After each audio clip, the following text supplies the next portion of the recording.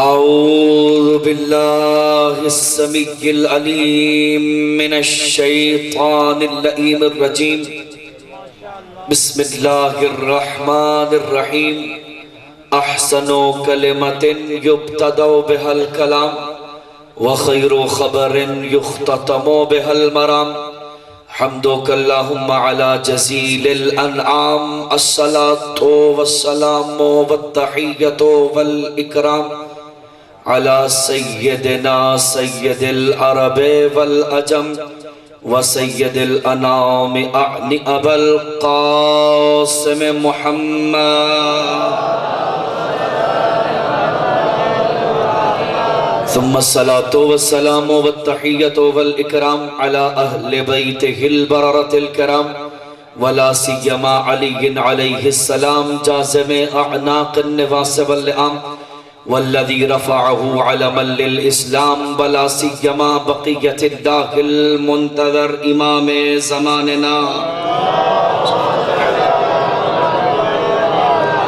روحي وارواح العالمين لتراب مقدمه الفدا عجل الله تعالى فرجه الشريف وسهل الله تعالى مخرجه الشريف واللعنة الأبدية القائمة الجارية الثابتة العالية على أعدائهم ومقصري فضائلهم ومنكري مناقبهم وولايتهم أجمعين أما بعد فقد قال رسول الله صلى الله عليه وآله وسلم من مات ولم يعرف إمام زمانه ماتا میتتن جاہلیہ. ایک مرتبہ مل کے مہدوی درود کی با جماعت تلاوت فرما لیجئے. واجب نعرہ رسالہ نعرہ حیدری. واجب الاحترام سامعین گرامی قدر عاشقان ولایت علی ابن ابی طالب تشریف فرما ہے. یہ ہر باشعور کفایت شعار اور سمجھدار گھرانوں کی روش رہی ہے کہ وہ اچھے دنوں میں سے کچھ بچا کر رکھ لیتے ہیں تاکہ آنے والی مشکل کا علاج کیا جا سکے. یہ ہر باشعور گھرانوں کی رسم رہی ہے. یہ سمجھ و عقل کا معیار ہے کہ جب حالات اچھے رہیں تو کچھ بچا لو، چونکہ حالات بدلتے ہوئے پوچھتے نہیں ہیں، کسی وقت بھی حالات بدل سکتے ہیں. اچھے حالات ہوں، اچھے معاملات ہوں تو کچھ بچاؤ تاکہ آنے والے برے دنوں میں علاج کیا جا سکے. یہ عام سمجھدار، عام باشعور، عام بافہم انسان اتنی عقل رکھتا ہے کہ حالات ایک جیسے نہیں رہتے. اچھے دنوں میں سے کچھ بچانا ضروری ہے تاکہ مشکل آسان ہو سکے. تو جب عام عقل مند اتنا سوچتا ہے تو خالق عقل کیا سوچتا ہوگا؟ پروردگار نے اسی عقل کی روش کو پروان چڑھاتے ہوئے 11 بھیجے، ایک بچا لیا. وہ 11 بھی مشکل کشا تھے، 12واں بھی مشکل کشا ہے. اللہ نے اچھے دنوں میں سے ایک بچا کے رکھ لیا. جب کائنات کفر سے پر ہوگی تو 12ویں کو بھیج دے گا.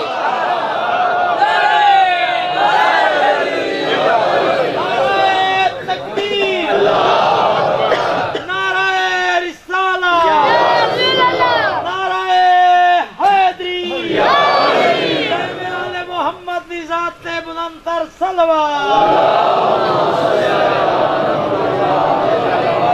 قرآن نے کہا بقیت اللہ خیر لکم ان کنتم مؤمنین. اللہ کا بچایا ہوا تمہارے لیے اچھا ہے. یہ اللہ سب کو نہیں کہہ رہا، شرط ہے ہر کے لیے اچھا ہے اگر تمہارے دل میں ایمان ہے. اور یہ سامعین گرامی قدر اللہ کا فیصلہ ہے جو اللہ نے بچا کے رکھا ہے. یہ نہیں کہا جو امت نے بچا کے رکھا ہے، اس لیے کہ اگر اس کے باپ داداؤں کو امت نے چنا ہوتا تو امت کا بچایا ہوا ہوتا، کیونکہ وہ اللہ کا انتخاب ہے. اس لیے اللہ کہہ رہا ہے ہم نے بچایا ہوا ہے اور وہ ہمارا بچایا ہوا تمہارے لیے خیر ہے. میں تھوڑی سی علمی گفتگو آج قرآن کی اسی آیت سے متعلق بڑھانا چاہ رہا ہوں۔ ہم اور آپ ایمان رکھتے ہیں کہ بقیت اللہ میرے آخری حجت کا لقب ہے، لیکن بھائیوں کو اس پہ سوال ہے، تاکہ ہر کسی کو بات سمجھا کر اور بات اتار کے جائے، اس لیے میں چاہتا ہوں تھوڑی وضاحت اس کی ہو جائے۔ اس سے پہلے سہارا لوں گا قرآن کی اس آیت کا۔ قرآن کہتا ہے وَيُرِيدُونَ أَن يُطْفِئُوا نُورَ اللَّهِ بِأَفْوَاهِهِمْ، یہ چاہتے ہیں اپنی کفر بھری پھونکوں سے وہ چراغ بجھائیں جسے اللہ جلا چکا ہے۔ وَمَا يُطْفِئُوا نُورَ اللَّهِ بِأَفْوَاهِهِمْ وَاللَّهُ مُتِمُّ نُورِهِ وَلَوْ كَرِهَ الْمُشْرِكُونَ، اللہ کہہ رہا ہے تمہاری پھونکوں سے یہ چراغ بجھایا نہ جائے گا۔ وَاللَّهُ مُتِمُّ نُورِهِ، اللہ اپنا نور مکمل کرے گا اگرچہ کہ مشرکوں کو تکلیف ہوگی۔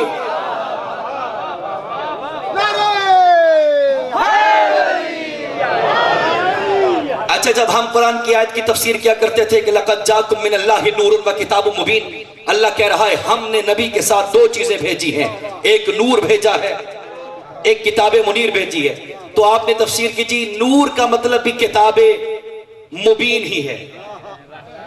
ہم نے جب کہا کہ رسول نے قرآن میں پیغام پہنچایا کہ اللہ نے تمہاری طرف دو چیزیں بھیجی ہیں، ایک نور اور ایک کتاب، تو دوستوں نے کہا نہیں جی یہ کتاب وہی نور ہے، نور وہی کتاب ہے۔ ہم نے کہا اچھا چلے مان لیتے ہیں۔ اللہ کہہ رہے واللہ متم نورہ، اللہ اپنے نور کو تمام کرے گا۔ تمام کا مطلب ہے کہ کچھ ہو چکا اور کچھ باقی ہے۔ اب کوئی مسلمان سر اٹھا کے کہے کہ اللہ نے کچھ قرآن بھیج دیا ہے اور کچھ قرآن باقی ہے، نہیں صاحب، معلوم ہوا کہ اس نور کی بات ہو رہی ہے جس کا کچھ مل چکا، کچھ ملنے والا ہے۔ تو بھائی ساری کائنات میں اکلوتا نور آل محمد ہے جو کچھ مل چکا، کچھ ملنے والا۔ حیدری! اور قرآن نے ایک اور فیصلہ بھی دیا ہے۔ قرآن کہتا ہے اللہ اپنا نور جو بچا کے رکھا ہے اسے پورا کرے گا۔ وَلَوْ كَرِهَ الْمُشْرِكُونَ، اگرچہ مشرکوں کو درد ہوگی۔ معلوم ہوا جو بھی آنے والے نور کا مخالف ہو وہ مسلمان نہیں، قرآن کے مطابق مشرک ہوتا۔ اب یہ فیصلہ آپ کے ہاتھ، دیکھتے ہیں جس کے آنے سے کس کو درد ہوتی ہے، کس کے آنا کس کو برا لگتا ہے۔ میں بات کروں گا تو جھگڑا ہو جائے گا، جائیے اٹھائیے اور جا کے دیکھیے وہ کون لوگ ہیں جنہوں نے لکھا کہ آنے والے کا رستہ روکیں گے۔ قرآن کہہ رہا ہے تم کعبے کے متولی کیوں نہ ہو،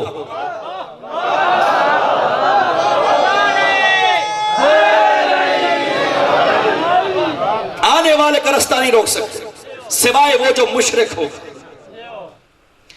اب ایک قدم آگے بڑھائیے تفسیر قرآن میں۔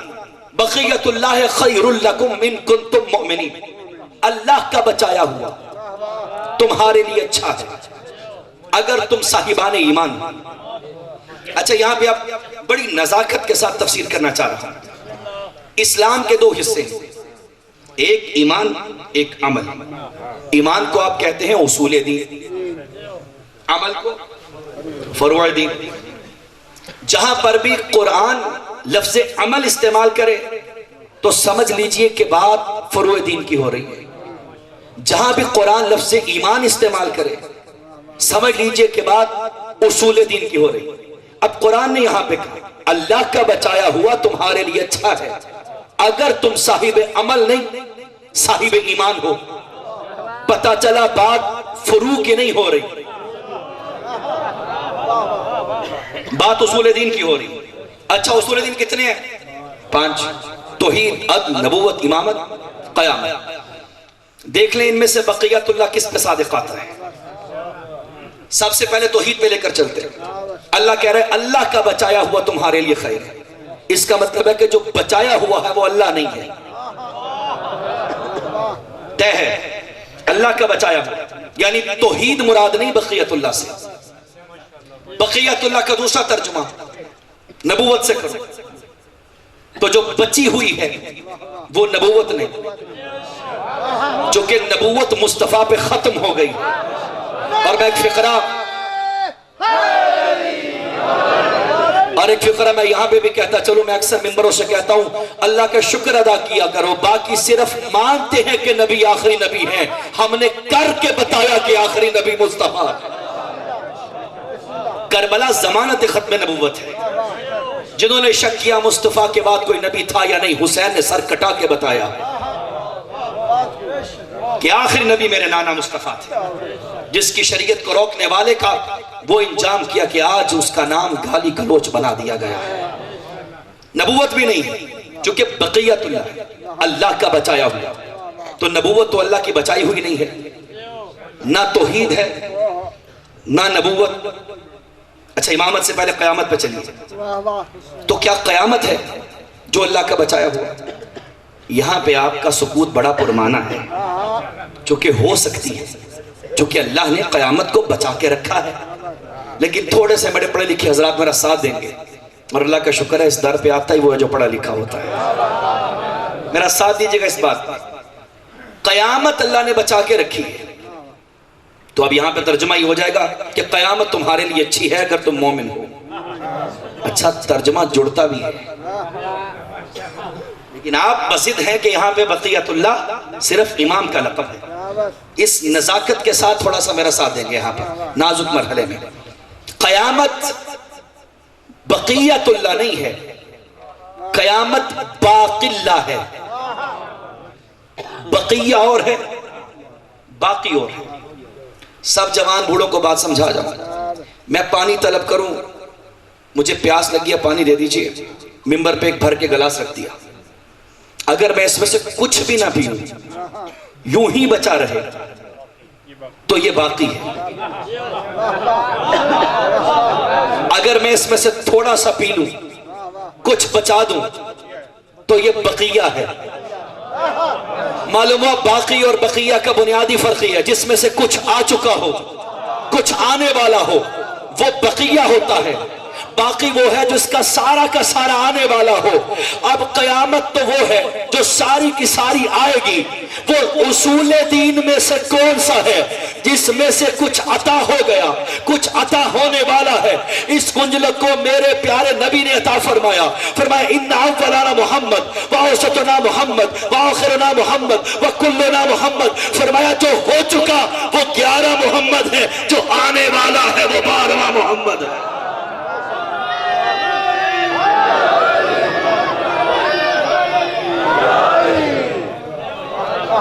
اب میں فضائل کی منزل پہ پہنچ گیا، سامنے گرامی قدر، میرا تھوڑا ساتھ دیجئے گا۔ بقیت اللہ، اللہ کا بچایا ہوا۔ اب جب بھی بقیہ لفظ سنے 3 سوال سامنے آتے ہیں، کس نے بچایا، کس میں سے بچایا، کس کے لیے بچایا؟ ان تینوں کا سوال لینا اور مجلس تمام ہو جائے گی۔ قرآن نے 2 سوالوں کے جواب تو دیے، تیسرے کے بارے میں کوئی تبصرہ نہیں کیا۔ اللہ نے یہ تو بتایا کہ بچایا کس نے ہے۔ بقیت اللہ، میں نے بچایا ہے۔ بچانے والا کون؟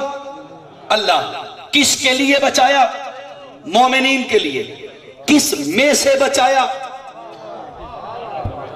آئیے، میں نے وعدہ کیا تھا آج آپ کو خطبہ سنانے جا رہا ہوں۔ جس وقت ظہور پرنور حضرت شہنشاہ عز و جمال ہوگا، شیعہ قبرستانوں میں عید ہو جائے گی۔ اس وقت کی بات ہے کہ جب نور الہی پوری آب و تاب کے ساتھ افق بشریت پہ چمچمائے گا۔ یہ اس وقت کی بات ہے کہ جب کعبہ کا بیٹا کعبہ کے ساتھ پشت لگا کے سارے حاجیوں کے ہجوم میں کھڑا ہو کر عیسیٰ ساتھ میں ہوگا اور یہ فقرے پڑے گا، من اراد ان ينظر آدم فہا انز آدم، ما ان اراد ان ينظر شیس فہا انز شیسا، من اراد ان ينظر نوحا فہا انز نوحا، من اراد ان ينظر موسیٰ فہا انز موسیٰ، من اراد ان ينظر عیسیٰ فہا انز عیسیٰ، من اراد ان ينظر ابراہیم فہا انز ابراہیم، من اراد ان ينظر محمدا فہا انز محمد، من اراد ان ينظر عليا فها انز علي بن ابي طالب، من اراد ان ينظر حسنا فحسينا فها انز حسن وحسين، من اراد ان ينظر ولدا من الحسين فها انز ولد من الحسين، والله اني احكم بين اهل التوراة بتوراتهم والانجيل بانجيلهم والقرآن بقرآنهم والزبور بزبورهم، وما اسكت حتى ينطق الكتاب ان كل ما قاله المهدي حق من اللہ عز و جل، میرے مولا شہنشاہ ولایت سرکار حضرت حجت یوسف فاطمہ چراغ آغوش بطول، کائنات میں ذوالفقار کا وارث، کعبہ کا بیٹا، کعبہ کو پشت لگا کے تم اور میں جس کا کھاتے ہیں وہ مولا پہلے فقرے میں کہے گا، جس کو آدم دیکھنے کا شوق ہو نگاہیں اٹھائے، میں آدم کا بیٹا نہیں بلکہ خود آدم باپ کر رہا۔ نہیں، ہاتھ اٹھا کے میرے سارے بھائی،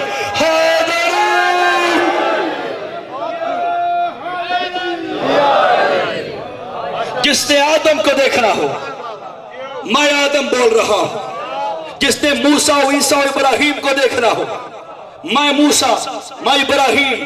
جس نے مدنی والے مصطفیٰ کو دیکھنے کا شوق ہو، میں محمد مصطفیٰ آ گیا ہوں۔ جسے علی ولی اللہ کا شوق ہو، میں علی ولی اللہ آ گیا ہوں۔ جس نے حسن و حسین کو دیکھنا ہو، میں حسن بھی ہوں، میں حسین بھی ہوں۔ پھر میرے مولا نے فرمایا، انا بقیۃ من اللہ للنبیین والصدیقین والشہداء والعاملین والقانتین، فرمایا میں وہ ہوں جس کو اللہ نے بچایا ہے نبیوں میں سے، اولیاء میں سے، اوصیاء میں سے، شرفاء میں سے۔ فرمایا اللہ نے آدم کا کچھ حصہ بھیجا، کچھ چھوڑ دیا۔ اللہ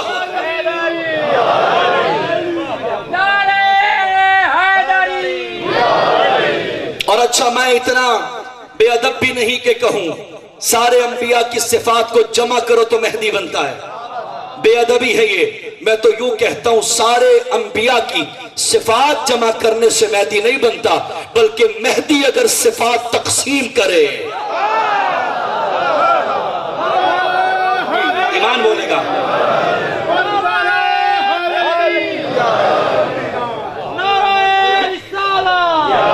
پوری طاقت کے ساتھ اللہ صلی۔ میں جانتا ہوں خیبر خندق پڑھنا بڑا آسان ہے ممبروں سے، لیکن ہے کوئی جو مہدی کا موضوع ایسے پڑھ کے دکھا؟ پوری طاقت کے ساتھ میرا ساتھ دیجئے گا۔ پھر میرے مولا فرمائیں گے، اے لوگو تم میں سے جو تورات کا ماننے والا ہو کھڑا ہو، جس کو زبور آتی ہو وہ کھڑا ہو جائے، جسے قرآن پڑھنے کا شوق ہو وہ کھڑا ہو جائے۔ میرے مولا فرماتے ہیں ہر مذہب و مسلک و دین کو اس کی کتاب سے بتاؤں گا، تورات والوں کو تورات سے، انجیل والوں کو انجیل سے، زبور والوں کو زبور سے، قرآن والوں کو قرآن سے۔ میرے مولا فرماتے ہیں اس وقت تک میں مہدی چپ نہیں کروں گا جب تک کتاب کی چپ سطرے نہ بولے کہ جو کہہ رہا ہے سچ کہہ رہا ہے۔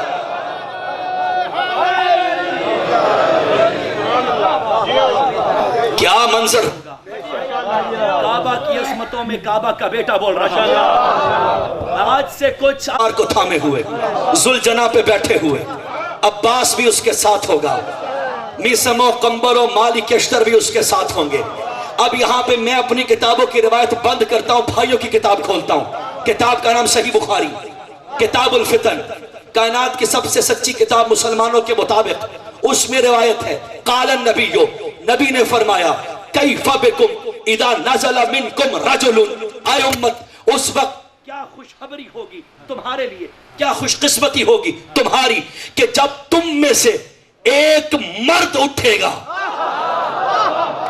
اس میں نہ بولیں گے تو مجھے دکھ ہوگا۔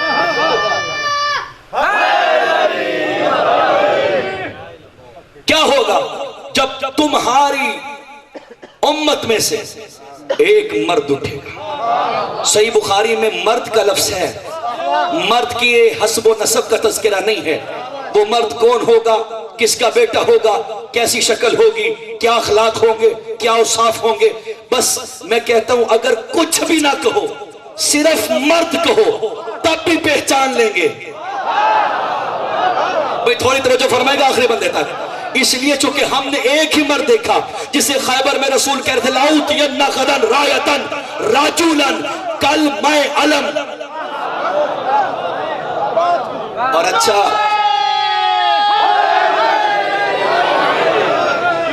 اور شان مصطفیٰ بھی دیکھیے، رسول مردوں میں کھڑے ہو کے کہہ رہے تھے، اور یہ بھی متفق علیہ حدیث ہے، کل علم مرد کو دوں گا۔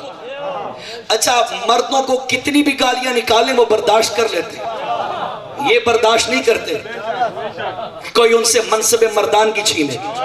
رسول نے کہا کل میں علم ایک مرد کو دوں گا، یہ مرد ابھی بھی سمجھ میں نہیں آیا تو قرآن کی طرف چلیں۔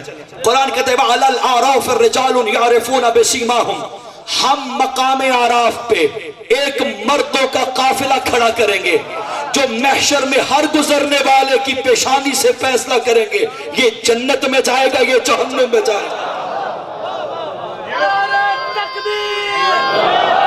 پوری طاقت کے ساتھ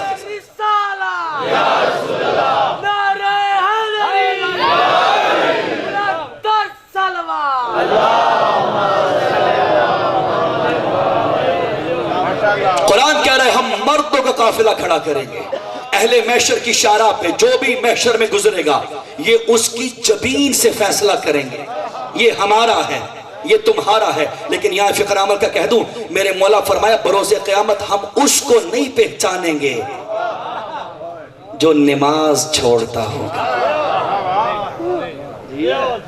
اتھے کھموکھا ہو ویسے اتھے کوئی نہ بولے سی لا تنالو شفاعتی من استخف بالصلاۃ۔ خدا کی قسم میں چونکہ شہنشاہ نجف کے در پہ ان کا گدا بن کے رہتا ہوں، نجف آپ کے پاس تو ایک مہینہ کے لیے آتا ہوں نا، وہاں 11 مہینے رہتا ہوں، آپ سے کم کھاتا ہوں وہاں زیادہ کھاتا ہوں، مجھے بتانا ہوتا ہے علی سے کہ کتنی باتیں کر کے آئے تبلیغ کی۔ لا تنالو شفاعتی من استخف بالصلاۃ۔ اور یہ فقر ہے میرے چھٹے امام کے اس وقت ہے جب آپ کی رحلت ہو رہی تھی، آپ نے کانپتے بدن کے ساتھ فرمایا میرے شیعوں کو بتا دینا جو نماز کو خفیف جانے ہم 14 کی شفاعت اسے نہیں ملے گی۔ بات یہاں تک نہیں ہے مولوی صاحبان، حدیث یہاں تک چھوڑتے دے آگے نہیں پڑھتے، اگلا فقرہ بھی سنو۔ پھر میرے مولا فرمائے یہ بھی جان لو کوئی کتنا بڑا ولی و عابد کیوں نہ ہو جب تک 14 اس کی سفارش نہیں کریں گے جنت میں نہیں جا سکتے۔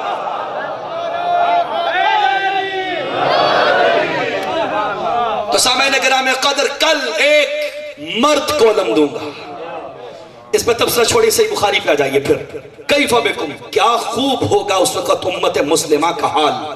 نبی فرماتے جب تم میں سے ایک مرد اٹھے گا اور کیا کرے گا، پھر صحیح بخاری فیصلی خلفہ عیسیٰ ابن مریم، وہ صف نماز بچھائے گا۔ مہدی کے ماننے والوں دیکھو مہدی کیا کر رہا ہے، صف نماز بچھائے گا، کعبہ کی طرف رخ کرے گا، سب سے آگے رسول فرماتے ہیں اسی مرد کا مصلی ہوگا، جہاں پہ اس مرد کے پاؤں کی سرحد ختم ہو رہی ہوگی وہاں چھوٹی بطول کے بیٹے عیسیٰ کی جبین کی سرحد شروع ہو رہی ہوگی۔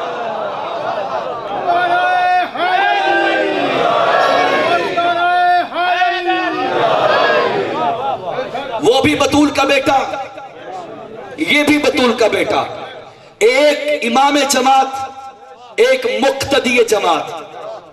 آپ نے کتنے آرام سے سن لیا کہ نبی اور اللہ کا بڑا برگزیدہ نبی، اور نبی بھی وہ قرآن کہتا ہے جو اللہ کی اجازت سے مردے اٹھا لیتا تھا، بیماروں کو زندہ کر دیتا تھا، اتنا با اختیار نبی کس کے پیچھے نماز پڑھ رہا ہے؟ فاطمہ کے بیٹے کے پیچھے۔ تو صاحب یہی بات تو ہم سمجھا رہے ہیں، جب 12ویں محمد کے آگے کوئی نبی کھڑا نہیں ہو سکتا تو پہلے محمد کو کوئی ایرا غیرہ نماز کیسے پڑھے؟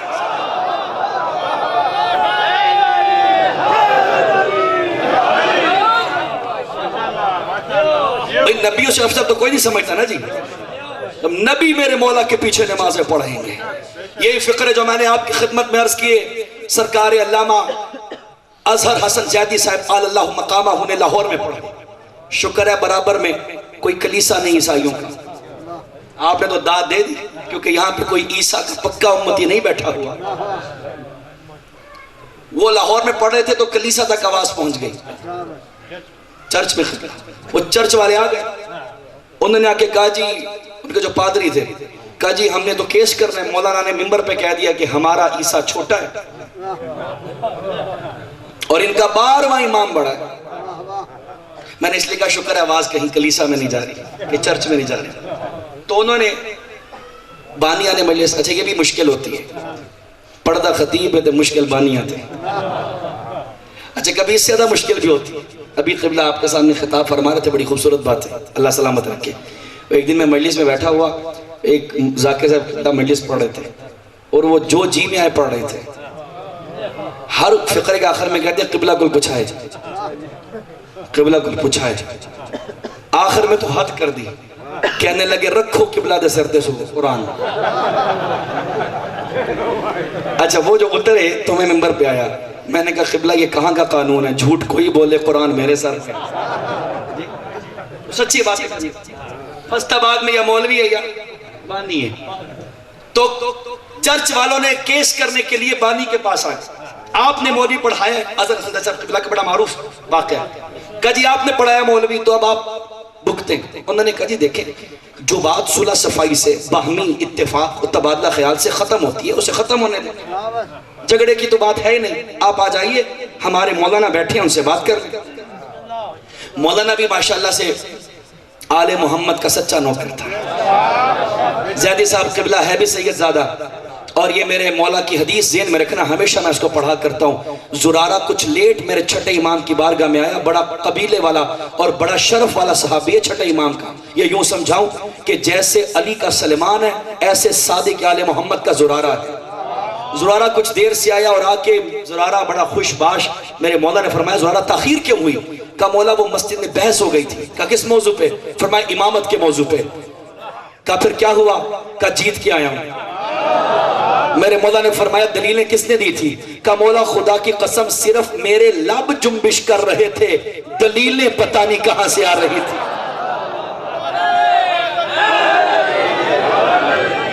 یہ میرے مولا کا معروف فکر ہے، میرے مولا فرماتے ہیں جاؤ خبر کرو میرے ماننے والوں کو، جو کوئی بھی ہماری حق ولایت کے لیے جھگڑا کرے گا، بحث کرے گا، مناظرہ کرے گا، صرف وہ زحمت جنبش لب کرے، مطلب جانے ہم 14 کا گھر جائیں۔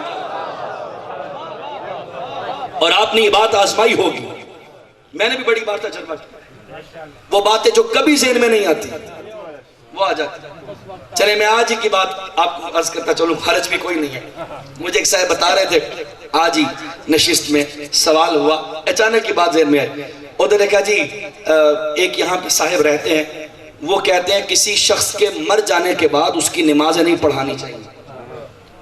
آج ہی وہ کہہ رہے تھے مجھے، یہ مسئلہ بھی آپ کو سمجھ میں آ جائے گا ساروں کو، تو اس کی دلیل انہوں نے مجھے بتائی کہ جی وہ کہتے ہیں کہ یہ تو بوٹی والا سسٹم ہو جائے گا، مرحوم کی نمازیں اگر پڑھائیں، چونکہ یہ دنیا دار امتحان ہے، اللہ نے امتحان لیا، وہ امتحان میں پاس نہیں کیا، وہ چلا گیا، اب آپ پیچھے سے نمازیں پڑھا رہے تو بوٹی ہو رہی ہے، اور بوٹی تو حکومت پاکستان کے مطابق بھی جائز نہیں تھی۔ اور یہ بات میں جوانوں آپ ذہن میں رکھنا، حضرت آیت اللہ العظمیٰ سید علی سیستانی کا فتویٰ ہے کہ پیپر میں بوٹی لے کے جانا حرام ہے، اور فرمایا کہ جو بھی بوٹی لے کر جاتا ہے 40 دن اس کے پیچھے نماز نہیں ہوتی۔ جی یہ میرے جوان اپنے ذہن میں بات رکھیں، بوٹی نہیں، نقل نہیں۔ تو کہنے لگے کہ جی انہوں نے مجھے بتایا کہ وہ کہہ رہے تھے کہ مرحوم یہاں پر تو فیل ہو کے گئے، اب آپ اس کی نمازیں پیچھے پڑھائیں گے تو یہ بوٹی ہے، تو بوٹی اللہ کو پسند نہیں ہے، لہٰذا مرحوم کی قضا نمازیں نہیں پڑھانی چاہیے۔ تو اچانک ہی میرے ذہن میں بات تھی، میں نے اسے کہہ دیا صبح کے بعد، میں نے کہا جی یہ بوٹی کمرہ امتحان کے اندر لگتی ہے، باہر نہیں، جو باہر لگتی ہے وہ سفارش ہوتی ہے، تو ہم مرحوم کی نمازیں بوٹی کے عنوان سے نہیں بلکہ اللہ سے سفارش کے عنوان سے پڑھاتے ہیں۔ تو یہ ہم نے آزمایا ہے بہت سارے مقامات پہ، اللہ کی طرف سے یہ عنایت خاص ہے، 14 کے صدقے میں جواب آ جاتا ہے۔ زیدی صاحب سے لڑنے کے لیے آئے کہ قبلہ آپ نے کہا ہے کہ عیسیٰ ابن مریم نعوذ باللہ مہدی سے چھوٹا ہے رتبے میں۔ کہا جی میں نے کہا ہے، ایمان بھی ہے۔ کہا جی اب کرسچن مولانا سے پوچھ رہے ہیں، کہنے لگا آپ یہ بتائیے کہ آپ کا امام زندہ ہے؟ کہا الحمدللہ، نہ صرف یہ کہ وہ زندہ ہے بلکہ اس کی زندگی کے صدقے پوری کائنات زندہ ہے۔ کہا اچھا آپ کا ایمان ہے کہ عیسیٰ زندہ ہے؟ کہا برابر ایمان ہے کہ عیسیٰ بھی زندہ ہے۔ کہا اچھا وہ بھی زندہ، یہ بھی زندہ۔ کب یہ بتائیے کہ عیسیٰ کہاں رہتا ہے؟ عرش نشین۔ اور کہا کہ آپ بتائیے مہدی کہاں رہتا ہے؟ کہاں رہتے ہیں میرے مولا؟ فرش پہ. حضرت والا زمین پہ رہتے ہیں. کیوں؟ یہ بات یاد رکھیے. میرے مولا فرماتے ہیں کہ لولا الحجۃ لساخت الارض باہلہا، اگر ایک لحظے کے لیے کرۂ ارض حجت خدا سے حالی ہو تو پورا کرۂ ارض فنا ہو جائے. اسی لیے معراج پہ جانے سے پہلے محمد علی کو زمین پہ چھوڑ کے گئے، تاکہ میرے آنے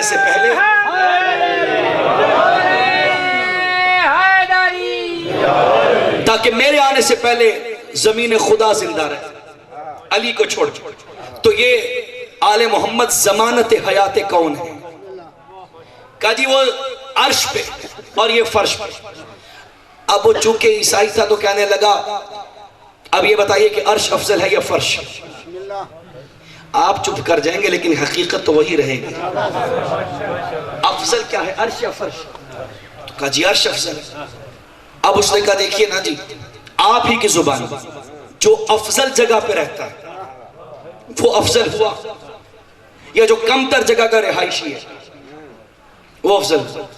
پہلے تو علامہ نے بڑا فقرہ کہا جگہوں کی بنیاد سے رتبے بانٹنا یہ عیسائیوں کی عادت ہے. میرا جملہ اتر گیا تو بہت بڑی بات ہے. کون کس کے پاس ہے، کون کس کے قریب ہے، اس کے بنیاد پر رتبے نہیں ہو. کہا جی یہ تو عیسائیوں کی عادت ہے. پھر انہوں نے کہا نہیں جی بتائیے. مولانا کا کمال فقرہ ہے. مولانا نے فرمایا اچھا وہ عرش نشین، یہ فرش پہ رہنے والا، کہ یہ بتاؤ کبھی تم نے سبزی خریدی ہے؟ کہنے لگا مولانا بہانے نہ بناؤ، جواب دو. فرمایا اچھا بتاؤ سبزی خریدی ہے؟ کہا خریدی ہے. کہا کس میں تولتے ہیں؟ کہا ترازو میں. کہا ترازو کا قانون کیا ہے؟ کہا قانون یہ ہے ترازو کا کہ اگر ترازو کے دو پلڑے ہوں، ان میں جہاں وزن زیادہ ہوگا وہ جھک جائے گا، جہاں ہلکا ہوگا وہ اٹھ جائے گا. فرمایا اللہ نے بھی ترازو فضیلت کو رکھا، ایک جگہ بڑی بطول کا بیٹا، دوسری جگہ چھوٹی بطول کا بیٹا. جو رتبے میں وزنی تھا وہ زمین پہ رہا.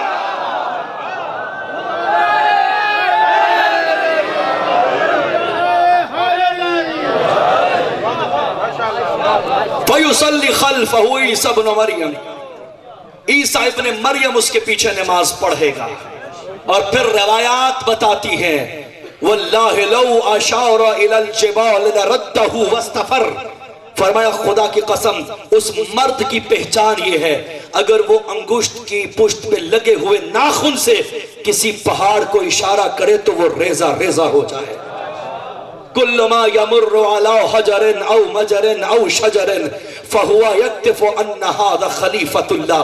فرمایا جب وہ میرے مولا لاؤ لشکر کے ساتھ نکلیں گے، ہر پتھر بول کے کہے گا خلیفہ الہی آ رہا ہے، ہر شجر کا پتا کہے گا خلیفہ الہی آ رہا ہے، سمندر کے قطرے کہیں گے خلیفہ الہی آ رہا ہے، چلتی فضائیں کہیں گی خلیفہ الہی آ رہا ہے. پھر اس کے بعد میرے رسول نے فرمایا اول من بایع علی ید ابنی المہدی فہو جبرائیل. سب سے پہلے جو دست ولایت امام پہ بیعت کرے گا وہ کوئی انسان نہیں، فرشتوں کا سردار جبرائیل ہوگا.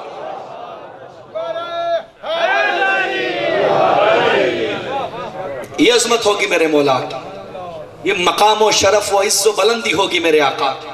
اور سامعین گرامی قدر یہ مد نظر رہے کہ صرف وہی گھرانہ ہے جس پہ شجر و حجر بھی سلامی کرتے ہیں.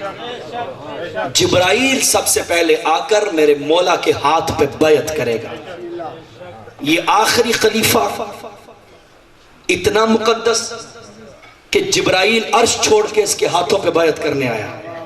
اور وہ پہلا خلیفہ جس کا نام آدم تھا، اللہ نے اعلان کیا میں خلیفہ بنا رہا ہوں. بس ایک فقرہ احمد تمام، خلیفہ بنا رہا ہوں.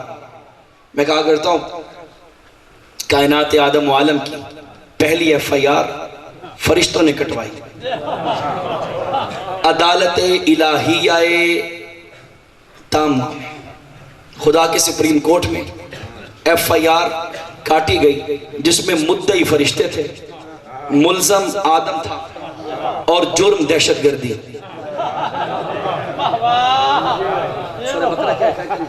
سارے مسلمانوں کو انی جاعل فی الارض خلیفہ، میں زمین میں خلیفہ بنا رہا ہوں. تو آگے سے فرشتوں نے کہا اتجعل فیہا من یفسد فیہا ویسفک الدماء، اے اللہ تو زمین میں اسے بھیج رہا ہے جو فساد بپا کرے گا. فساد کیا ہوتی ہے؟ کہا جی ایک دہشت گرد کو بھیج رہا ہے.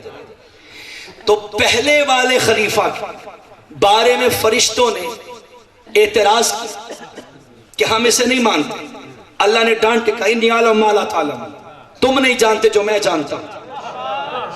جھکو اس کے سامنے. سارے فرشتوں کو جھکایا. میرے چٹے امام فرماتے ہیں انا رکون و سجود الملائکۃ لآدم فهو بعدما وهب الله سبحانه وتعالى في جبهة آدم نور ولاية آل محمد من علي بن ابی طالب الى المہدی. فرمایا جب تک کہ پروردگار نے پتلہ آدم کو تراشا، فرشتوں سے نہیں کہا کہ جھکو، اس وقت کہا کہ جب میں اپنی طرف سے روح پھونک دوں تو جھکنا. میرے مولا فرماتے ہیں وہ روح دراصل ہم 14 کا نور تھا جس کے بعد اللہ نے فرشتوں کو سجدے کے لیے دا.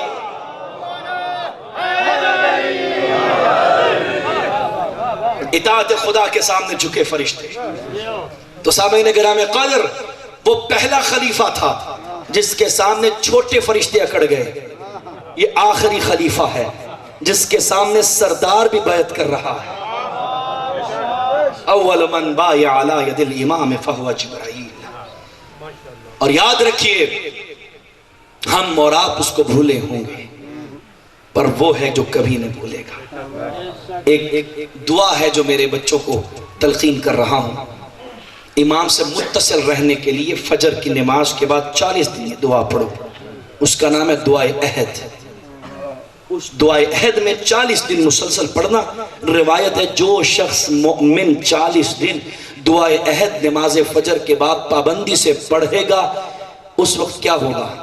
امام فرماتے ہیں فخرج من قبری معتذرا کفنی شاہرا بسیری ملبیا بداعی دعوت الداعی.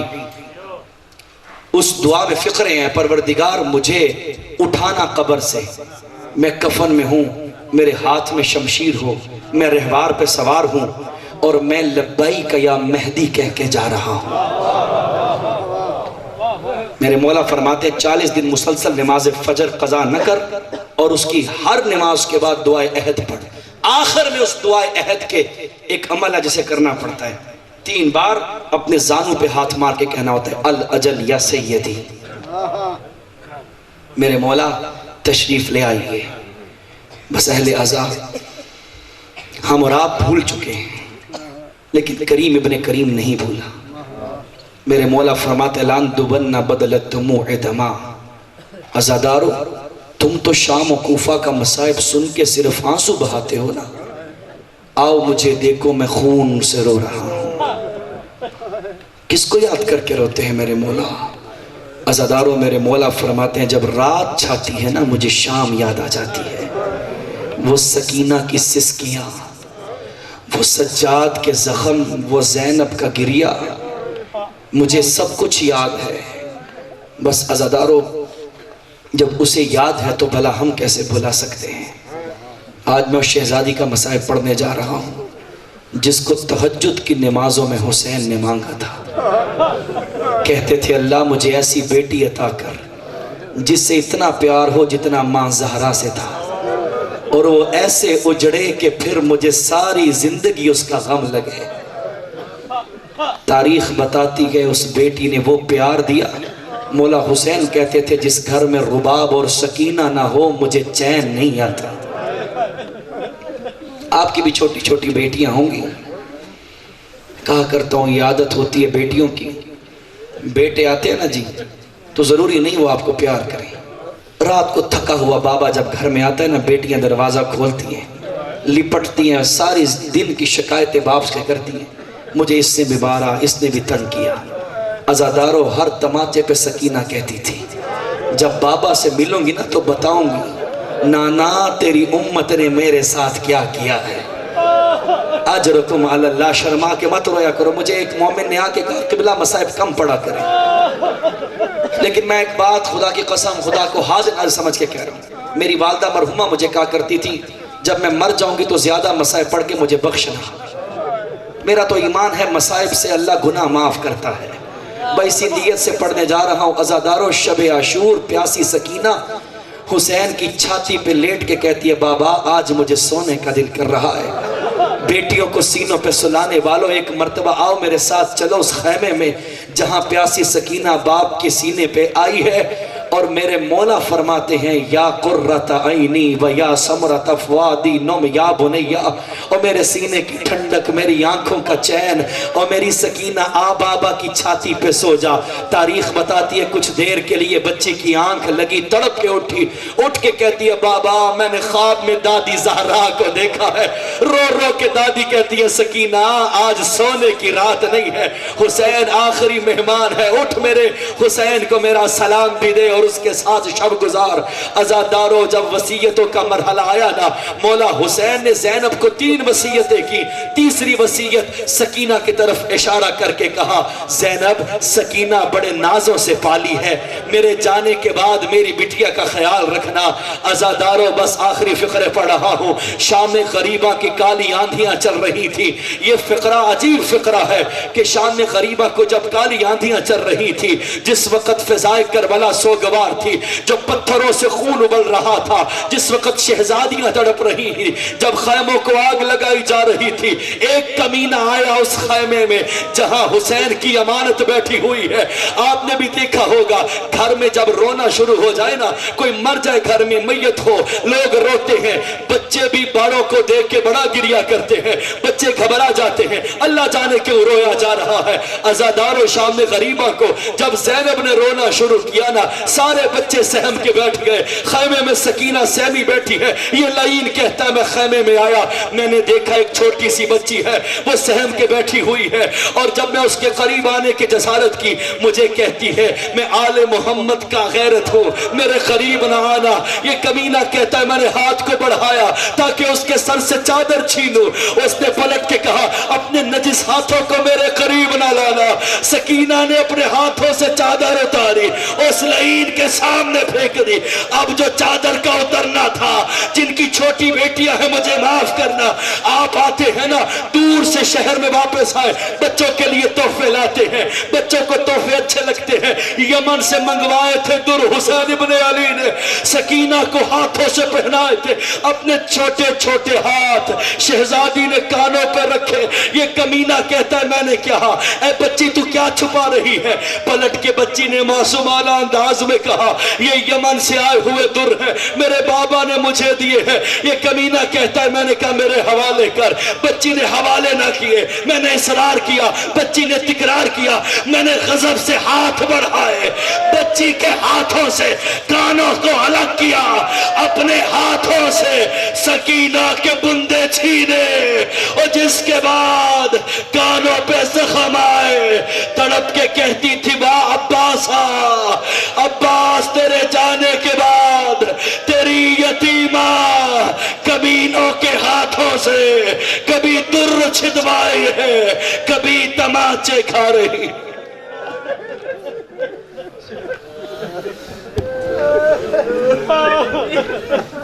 انا للہ و انا الیہ راجعون، رضم بقضائہ و تسلیم لامرہ۔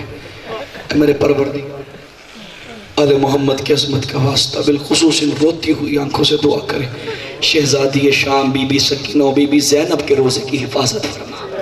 اے میرے اللہ وہاں پہ دشمنان اسلام جو کاروائیاں کر رہے ہیں انہیں نیست و نابود فرما۔ پروردگار شہزادی فدق و بقی کے روزے کو تعمیر عطا فرما۔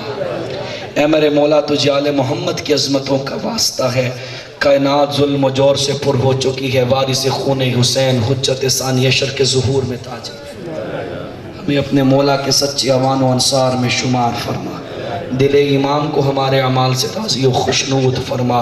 اے پروردگار ہمارے مرحومین کی مغفرت فرما، ان کے جملہ گناہان صغیرہ و کبیرہ معاف فرما۔ پروردگار بہت سارے دوستان نے کچھ بیمار ہیں، بطور خاص ابھی دعا کا کہا گیا تھا سید زیادہ بیمار ہے، جو بھی حاضرین کا کوئی علیل ہے تمام بیماروں کو بصدقہ بیمار کربلا صحت کلی عطا فرما۔ بالخصوص جو بے اولاد ہیں، بالاخص ہمارے دوستان جو بے اولاد ہیں اور جو صاحبان اولاد ہیں، وہ اولاد نرینہ کے خواستگار ہیں، میرے اللہ رباب کی اجڑی ہوئی گود کا واسطہ، جس کے پاس نہ اصغر رہا نہ سکینہ رہی، پروردگار آل محمد کا صدقہ تمام بے اولادوں کو اولاد عطا فرما۔ اے میرے اللہ جو بے روزگار ہیں، جو بھی اپنی دعائیں لے کر تیرے دربار میں حاضر ہوئے ہیں، سخی حسین کا واسطہ ہر کسی کی مرادوں کو پورا فرما، ہماری دعاؤں کو اپنی بارگاہ عظمت پناہ میں قبول و منظور فرما۔